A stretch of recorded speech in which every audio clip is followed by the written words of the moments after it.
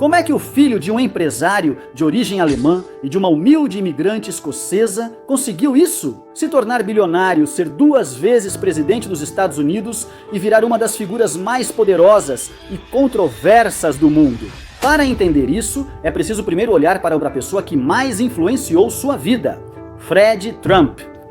Seu pai, em quem desde criança foi incutida uma convicção firme, a de ser geneticamente superior aos outros, portador de um sangue diferente.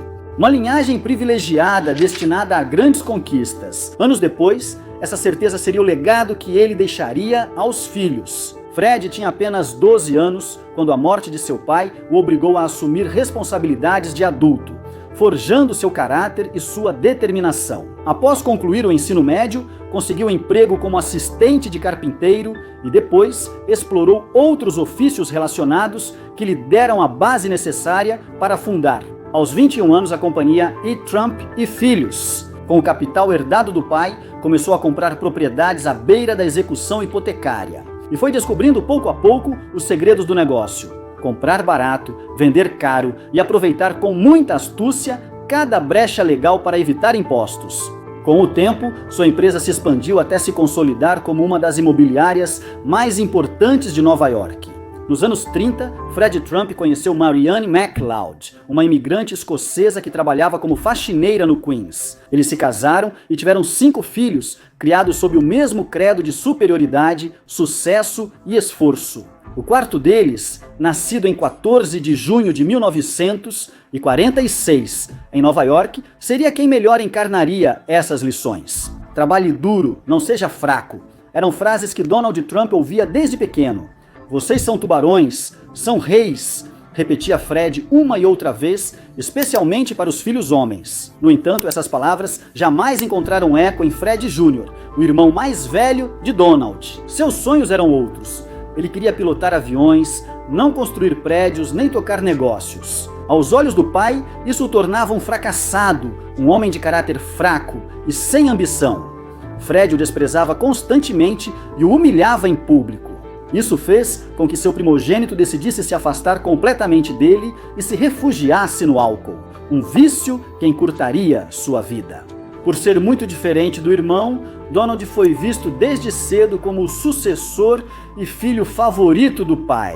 A essência de sua personalidade já podia ser percebida claramente desde os primeiros anos. Egocêntrico, impulsivo, provocador. Sabia que era o menino mais rico da escola, e isso o fazia se sentir superior. Seus colegas também o lembram como atleta de destaque e principal responsável pelo bullying. Na sala de aula, era um garoto que nem os professores controlavam. Intimidava, batia nos outros e importunava as meninas. E, em uma ocasião, chegou a agredir um professor, jogando um apagador que o acertou bem abaixo do olho. O incidente fez com que o pai dele fosse chamado pela escola. Ao chegar em casa, Fred, muito irritado, revistou o quarto de Donald e encontrou algo ainda mais perturbador. Entre seus pertences, ele escondia facas e canivetes, armas que levava para a escola. Irritado com o comportamento do filho, Fred Trump decidiu puni-lo, enviando-o para um internato. Ele foi internado em uma escola militar no norte do estado, na tentativa de domar seu caráter indomável. Além disso, nos verões, o obrigava a trabalhar, entregar jornais de bicicleta e acompanhá-lo para supervisionar as obras da empresa da família. Donald ingressou na escola militar aos 13 anos e ficou até os 17. Era um ambiente implacável, onde a brutalidade física e o abuso verbal não só eram tolerados, mas incentivados como método de disciplina. Uma estrutura na qual Donald se encaixou perfeitamente, um lugar onde ele terminou de forjar seu caráter e acender sua natureza competitiva. Ele não queria apenas sobreviver, precisava se impor e dominar, e foi exatamente o que fez. Destacou-se em vários esportes e no último ano foi capitão do time de beisebol. Formou-se em 1964 com a nota mais alta e no anuário seus colegas o apelidaram, entre zombaria e admiração, de conquistador de garotas, outro traço que o acompanharia por toda a vida. Eu vou ser famoso, costumava repetir aos amigos, sempre com ousadia e confiança, como se já pressentisse a magnitude do próprio destino. Aos 18 anos, Donald entrou na Universidade de Fordham, em Nova York, e em 1966 transferiu-se para a renomada Wharton, na Pensilvânia. Considerada um celeiro de elites empresariais, lá ele concluiu seus estudos em 1968 e se formou em economia. Recém-formado, não perdeu tempo e entrou imediatamente para a empresa da família, que na época enfrentava sérias dificuldades. Após 3 anos, cansado desses problemas, Fred deixou o conselho e nomeou seu filho Donald como presidente. Existem 2 tipos de pessoas no mundo. Ele costumava chamá-las de perdedores e assassinos predadores. E Donald sabia exatamente de qual lado queria estar. Um dos seus primeiros movimentos à frente da companhia foi iniciar grandes projetos imobiliários próprios, rompendo com a abordagem mais conservadora do pai e expandindo agressivamente a atuação da empresa em Nova York.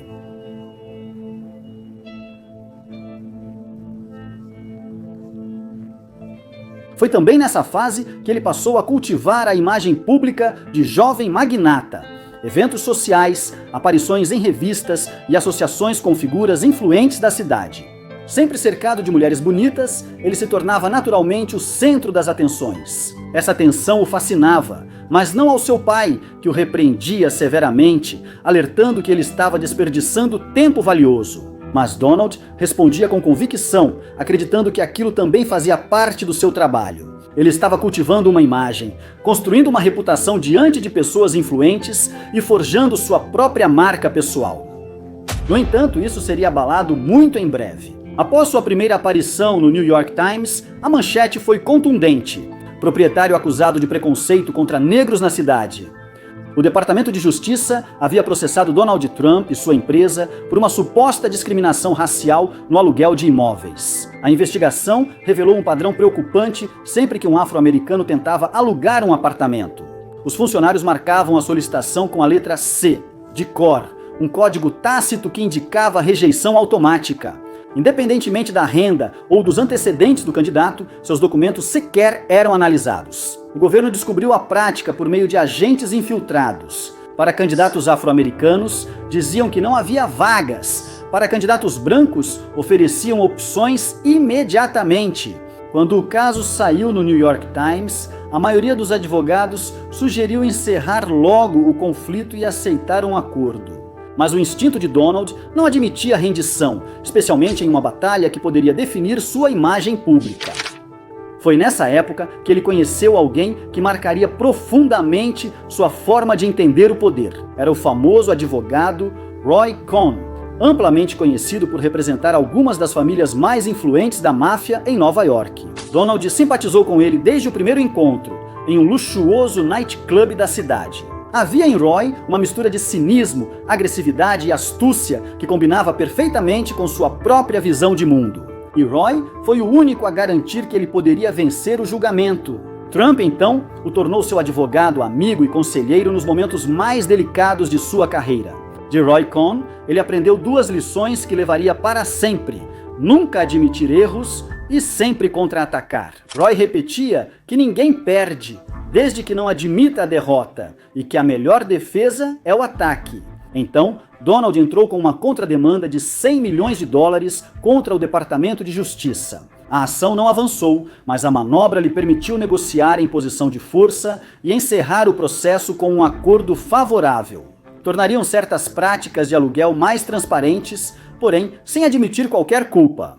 Ou seja, ele saiu do processo preservando sua imagem e sem assumir responsabilidade.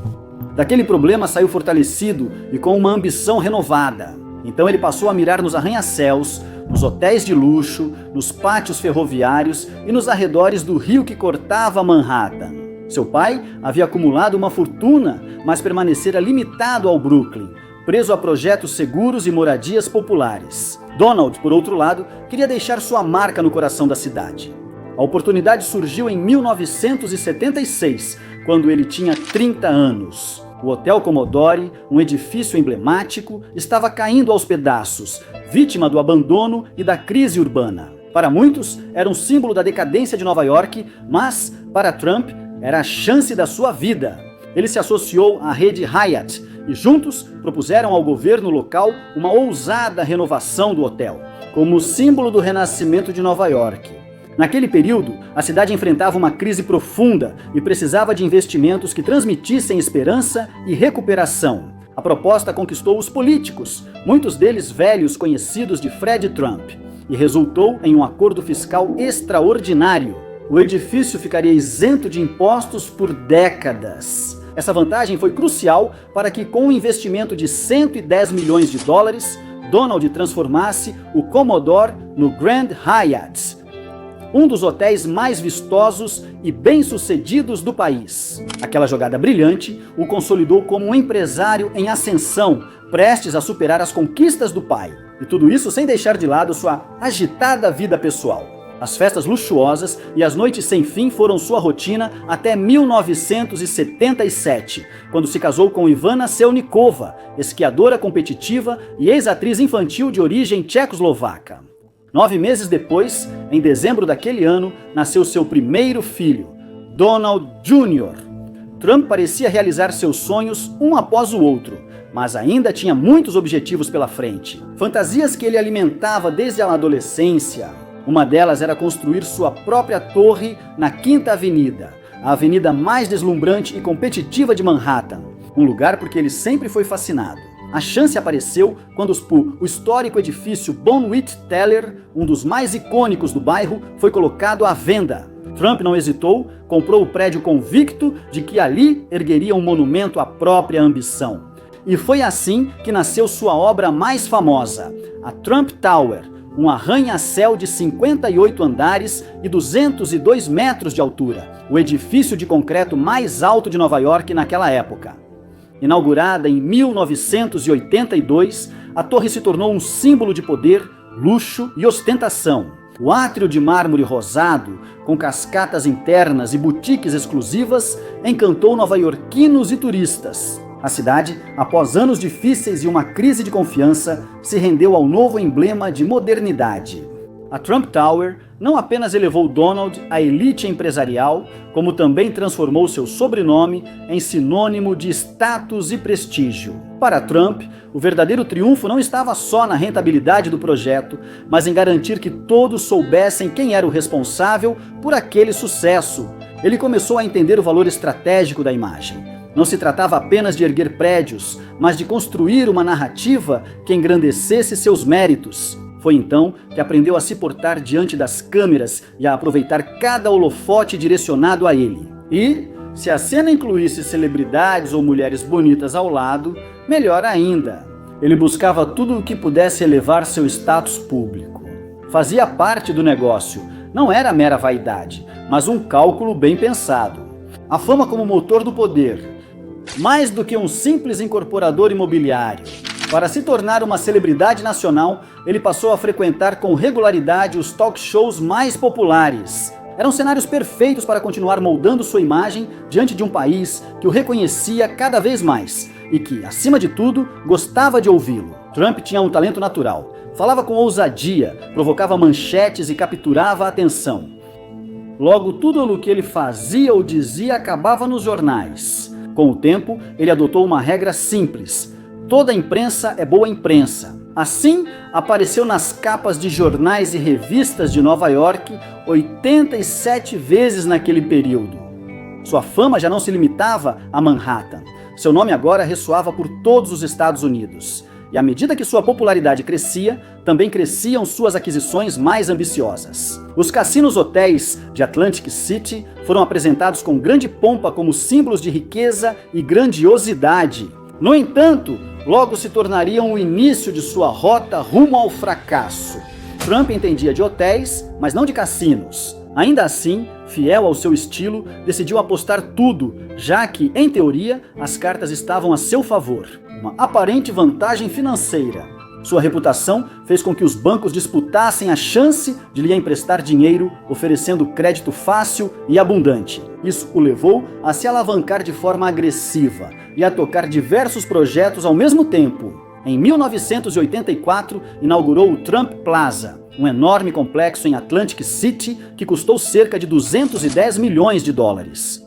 foi sua primeira grande aposta no mundo dos jogos. Um ano depois, em 1985, arriscou novamente ao comprar um hotel-cassino inacabado por 325 milhões de dólares. Ele concluiu a obra, rebatizou o local como Trump Castle e colocou a administração nas mãos de sua esposa, Ivana. Mas sua aposta mais ambiciosa viria depois, em 1988, ao mirar no monumental Taj Mahal, um cassino iniciado no começo dos anos 80 e abandonado ainda inacabado. Após uma intensa disputa de lances com o apresentador e magnata Merv Griffin, Trump adquiriu a propriedade por 230 milhões de dólares e decidiu concluí-la com um nível de luxo extravagante, superando todos os padrões existentes. Essa visão, porém, fez o orçamento disparar para cifras colossais. Na inauguração, em 1990, o custo já chegava perto de $1 bilhão.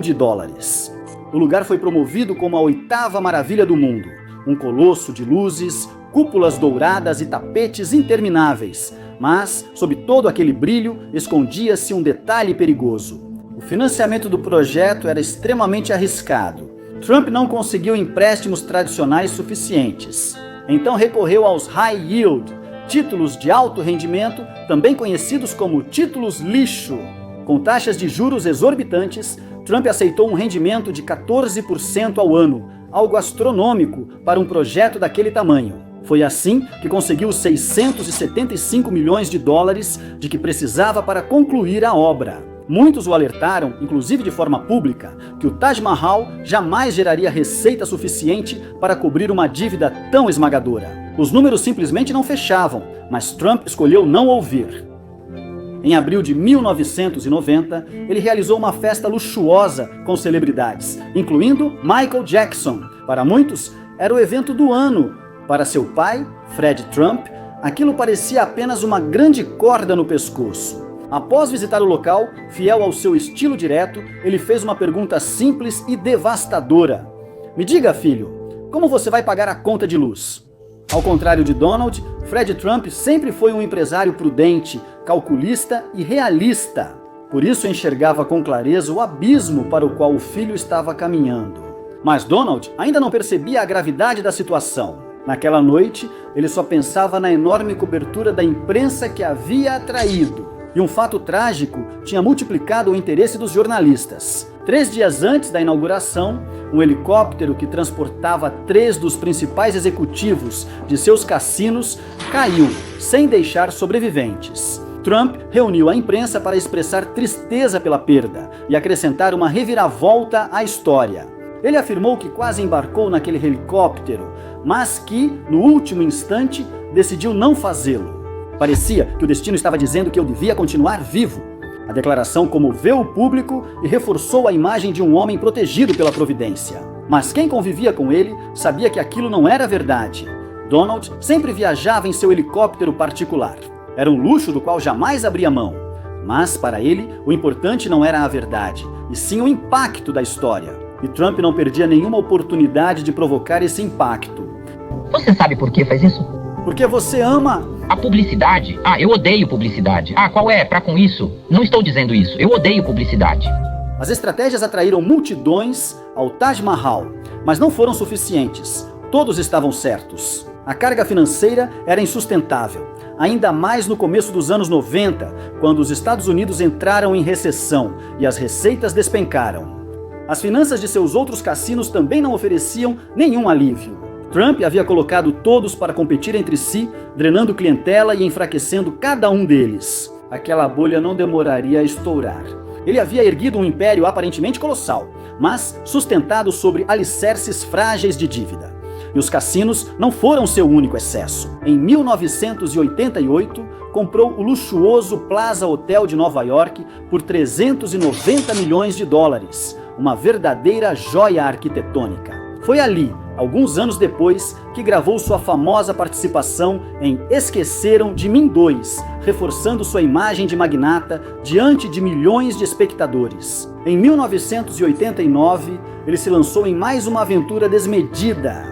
comprou por 365 milhões de dólares uma companhia aérea regional, renomeou-a como Trump Shuttle e redecorou seus aviões. Interiores de couro, banheiros revestidos de mármore e detalhes dourados. Ninguém suspeitava, na época, mas Donald Trump entrou nos anos 90 altamente alavancado. Dependia unicamente da esperança de que seus negócios gerassem fluxo suficiente para cobrir os juros de sua gigantesca dívida. Segundo os registros financeiros, seus compromissos totais chegavam a 3,4 bilhões de dólares, um valor que o deixava na corda bamba. A queda não demoraria a chegar. No início de 1991, menos de um ano após sua inauguração, o luxuoso Taj Mahal declarou falência. Trump foi obrigado a ceder 50% da propriedade aos detentores dos títulos, em troca de uma redução nas taxas de juros e do adiamento dos pagamentos.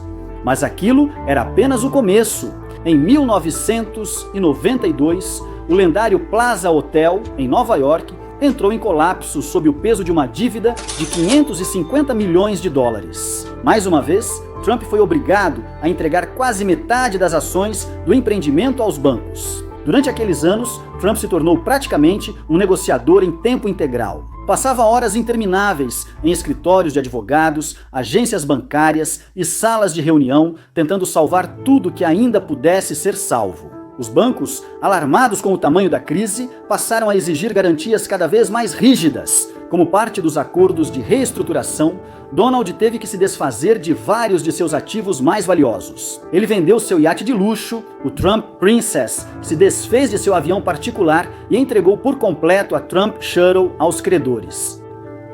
Também teve de vender 50% do Trump Castle a novos investidores para conseguir liquidez imediata. Se os anos 80 marcaram sua ascensão, os anos 90 representaram uma brusca queda de realidade. Alguns analistas estimavam que seu patrimônio líquido era negativo, ou seja, ele devia mais dinheiro do que realmente possuía. Sua credibilidade, que para ele era seu ativo mais valioso, também estava ruindo. Afinal, como chamá-lo de empresário de sucesso se suas empresas declaravam falência uma atrás da outra?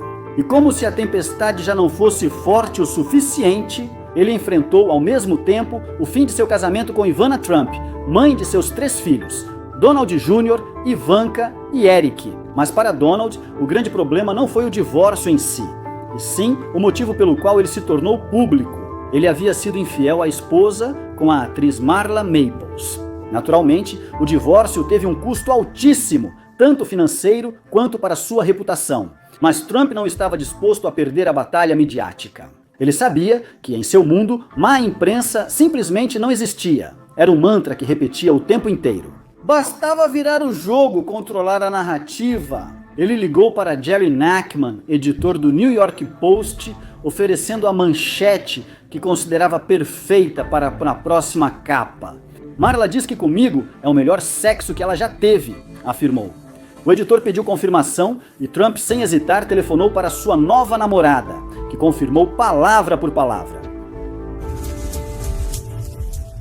Logo, aquela frase já circulava por todo o país. Muitas críticas surgiram, mas Trump sentia que havia conquistado algo valioso: respeito entre os homens. Com uma namorada que falava assim dele, podiam acusá-lo de qualquer coisa, menos de ter perdido. E para ele, isso já era uma vitória. Pouco depois, ele teve uma filha com Marla Maples, Tiffany Trump, e pressionado pela insistência do pai, decidiu se casar com ela. Fred Trump tinha uma presença imponente em sua vida.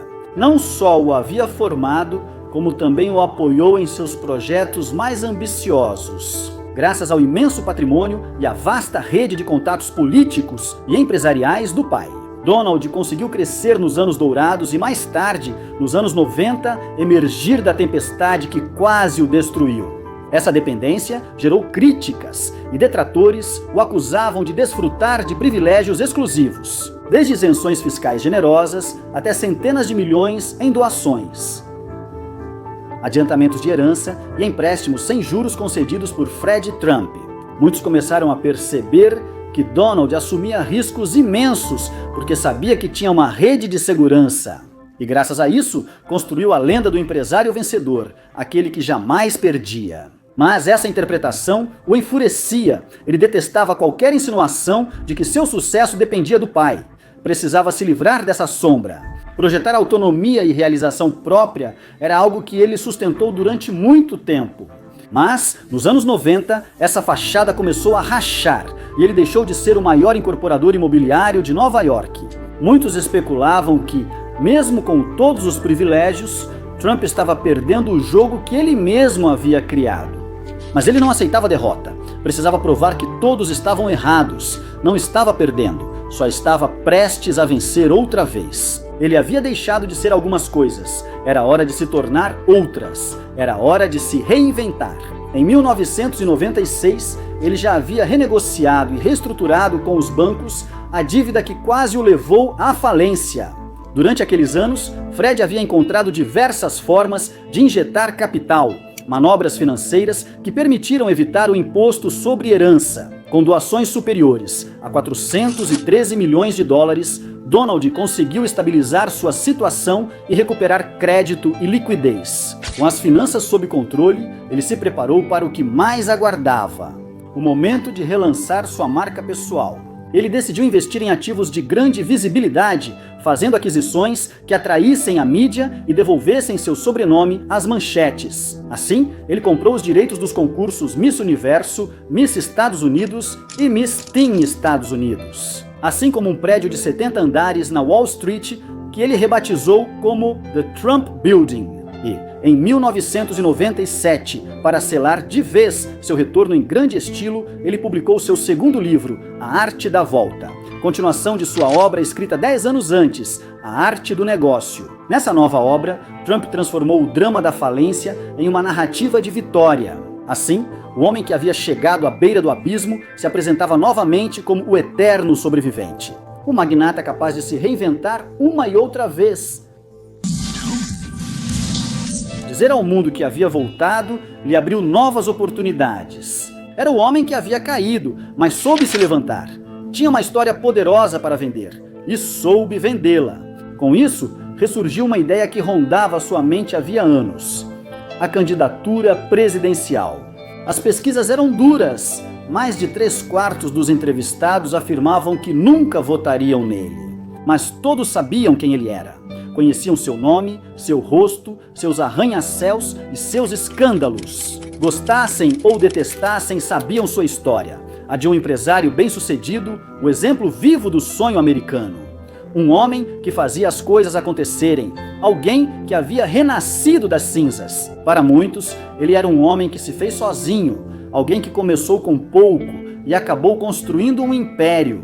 Ainda assim, agia como uma pessoa comum, com uma mentalidade prática, direta, quase de rua, como se nunca tivesse esquecido suas origens.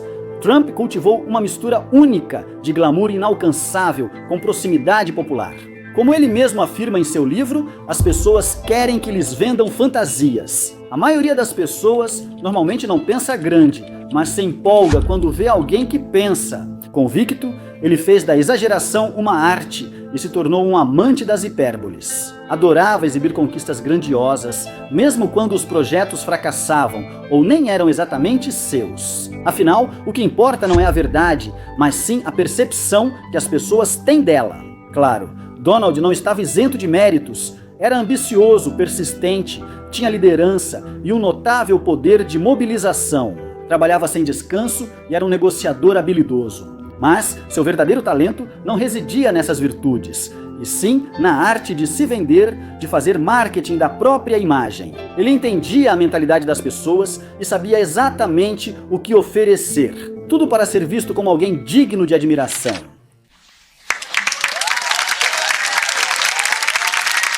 É o Donald? Ai, meu Deus. Esse impacto fez você pensar nas eleições de 2000. Mas, em 1999, aconteceu uma grande tragédia. Fred Trump, a pessoa mais importante de sua vida, não conseguiu superar uma forte pneumonia e faleceu por causa dela. A notícia devastou Donald. Ele disse à imprensa que aquele havia sido o dia mais sombrio e difícil de sua vida. E dessa vez, provavelmente, não exagerou. O funeral reuniu uma multidão. Familiares, empresários, figuras públicas e velhos conhecidos compareceram para prestar homenagem ao patriarca da família Trump.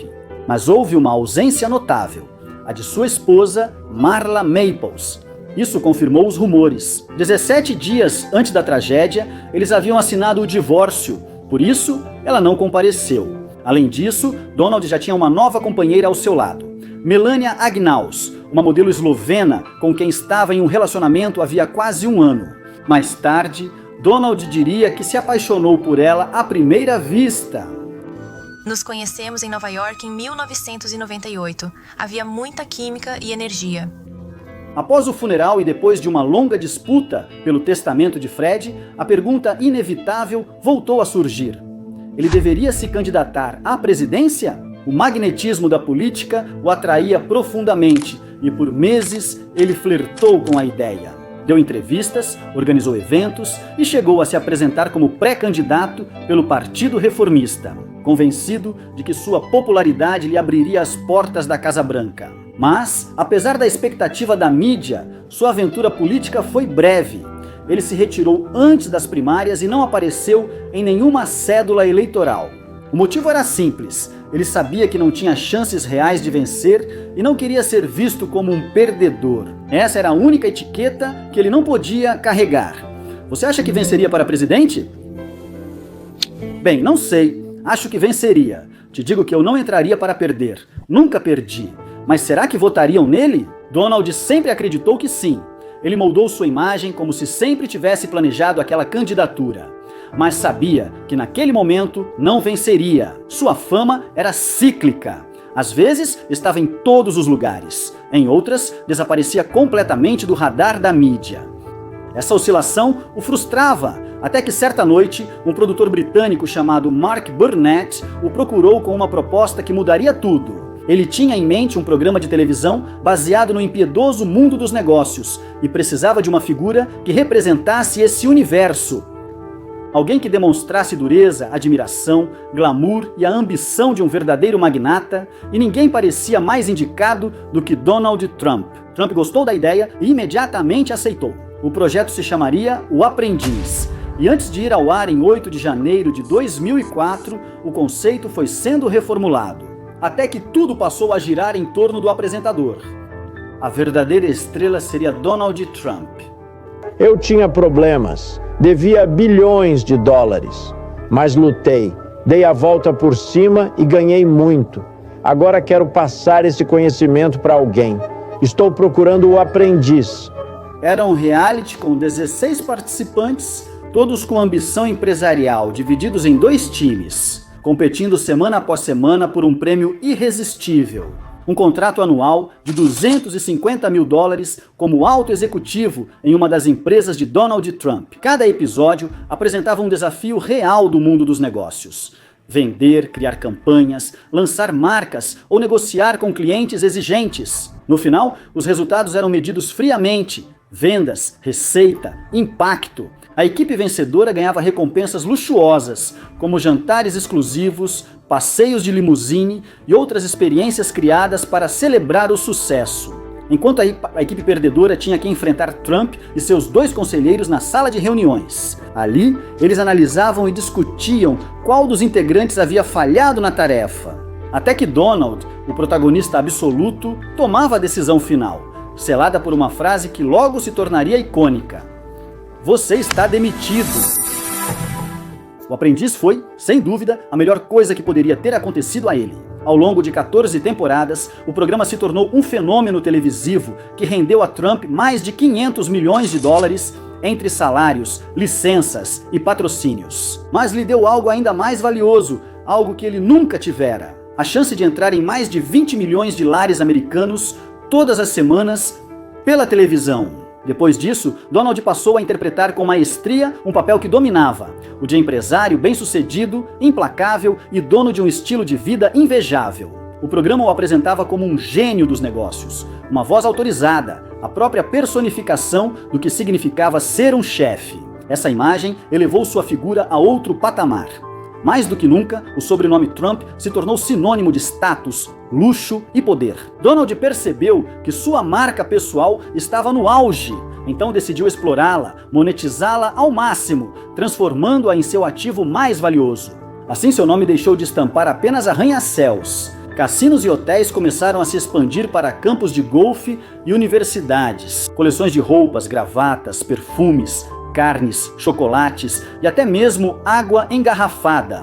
Qualquer produto que levasse o selo Trump parecia instantaneamente ganhar valor. Apesar disso, ele não administrava todas essas empresas, apenas licenciava seu nome, com a promessa implícita de sucesso garantido. Uma estratégia que não seria sustentável por muito tempo, já que o país logo enfrentaria uma dupla comoção. O colapso do Lehman Brothers provocou uma crise financeira global, que mergulhou os Estados Unidos da América em uma recessão profunda. E em janeiro de 2009, a política do país mudou com a eleição de Barack Obama, o primeiro presidente afro-americano da história.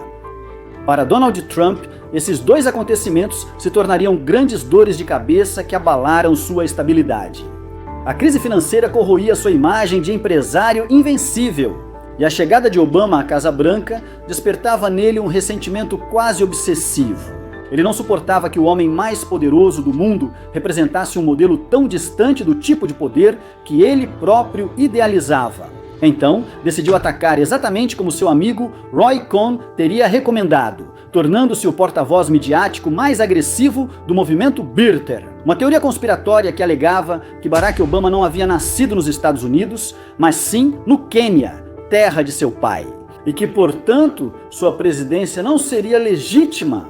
Em 2011, Trump mostrou ao mundo que era capaz de desafiar qualquer um, até mesmo o próprio presidente.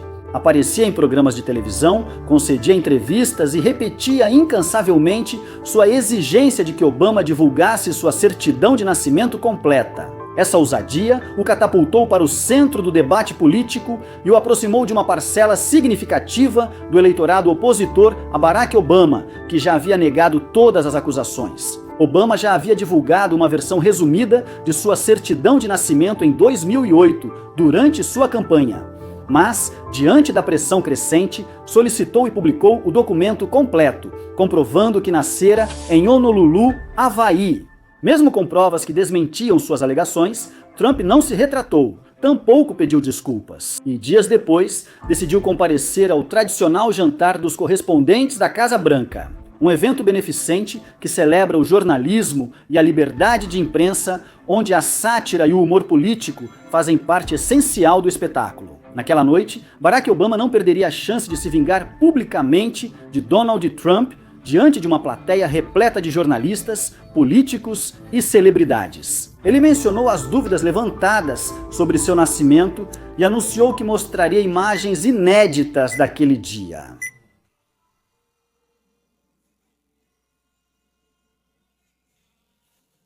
A sala explodiu em gritos e aplausos. Obama logo esclareceu que era uma brincadeira. Aquele, obviamente, não era seu certificado de nascimento. E se alguém ainda tivesse dúvidas, podia ligar para a Disney e pedir a versão completa. A ovação aumentou e todos entenderam perfeitamente para quem era aquela indireta tão clara. Logo depois, ele deixou as indiretas de lado e partiu para o ataque direto. Com ironia, disse que o mais feliz com a resolução do tema de seu nascimento era Donald Trump, pois agora ele poderia se dedicar a outros problemas de Estado que, sem dúvida, o deixavam obcecado. Como investigar se o homem realmente havia chegado à Lua? O que aconteceu em Roswell ou onde estavam Biggie e Tupac?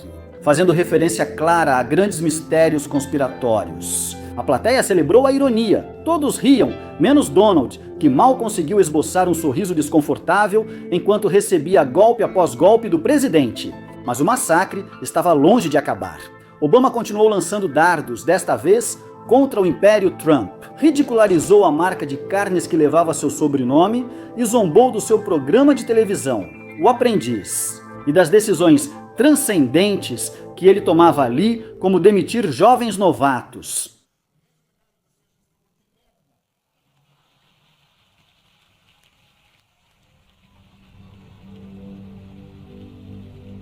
A plateia não parava de rir e aplaudir, mas ainda faltava o golpe final. Com tom solene, Obama disse que se Donald chegasse à Casa Branca, traria uma mudança verdadeiramente radical. Em seguida, exibiu uma imagem impactante nas telas. A Casa Branca havia sido transformada em uma suíte presidencial de luxo, coroada com o sobrenome Trump em luzes de neon e um lustre gigantesco na entrada principal. Na fonte do jardim, duas mulheres de biquíni apareciam posando diante da fachada iluminada.